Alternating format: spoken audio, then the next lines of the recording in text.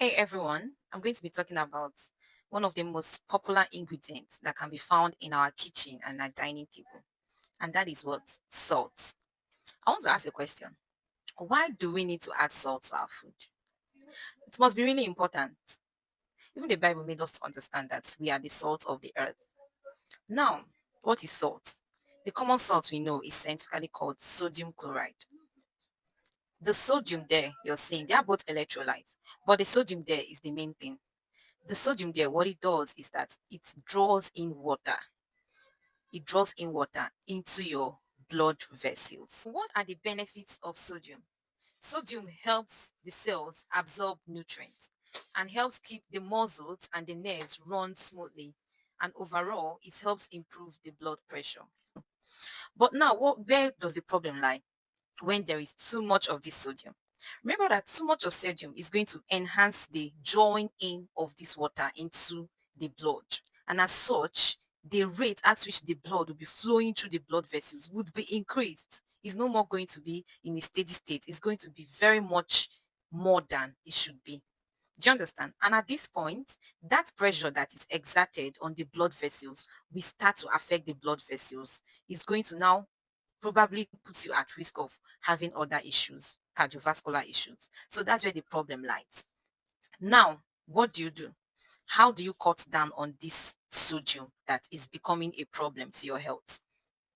One is your intake of processed food.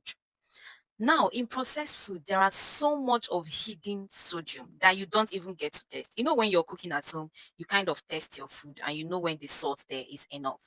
But in processed food, everything is so normal that you don't get to know how much of sodium that lies inside of the processed food. So one major way of reducing your sodium intake is by cutting off processed food. If you can do without them, perfect. What I mean by processed food, I mean anything that has preservatives, anything that is canned, anything that can easily munch on, including restaurant meals. Now, you do not know some of the restaurants they actually make use of artificial flavors. And aside getting your sodium from your common salt, sodium is also included in some of these artificial spices. Do you understand?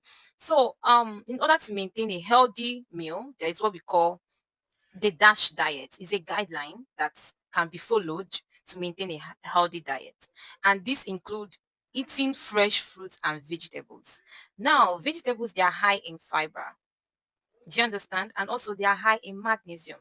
Magnesium is very, very essential for your relaxation. It helps relax your blood vessels. And if your blood vessels, if they are relaxed, the blood flow is going to be fine. There will be no much pressure on your blood vessels.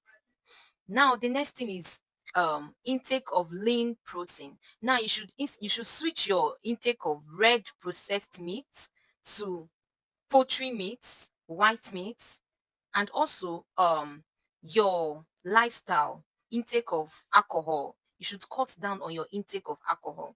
Replace this with normal intake of water. Anything that is going to be a burden to your blood vessels should be cut down on. Also, your caffeine. If you're the type that you do caffeine, try to replace your caffeine with water and also low caffeinated teas. Next one is eating healthy fats. Now, examples of healthy fats, you have your fruits like avocado pears. Do you understand? So even your palm oil isn't even a healthy fat, but that's more like a more natural oil that we can still take. Do you understand? But what we are going to do is that we need to cut down on how much of palm oil we use in cooking. There are some people that they use lots and lots of palm oil. So palm oil isn't healthy. So you should cut down on it because you can't totally scrape it off. But the ones that you can scrape off, please do for the sake of your blood pressure. Thank you.